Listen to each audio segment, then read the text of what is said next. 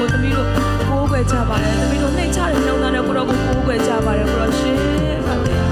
ကျမတို့စာသားလေးပြန်လဲချီးမွမ်းပြီးဝေခံရအောင်ကိုတော်ကိုပြောချင်တဲ့စကားတွေပြောရအောင်ကိုတော်နဲ့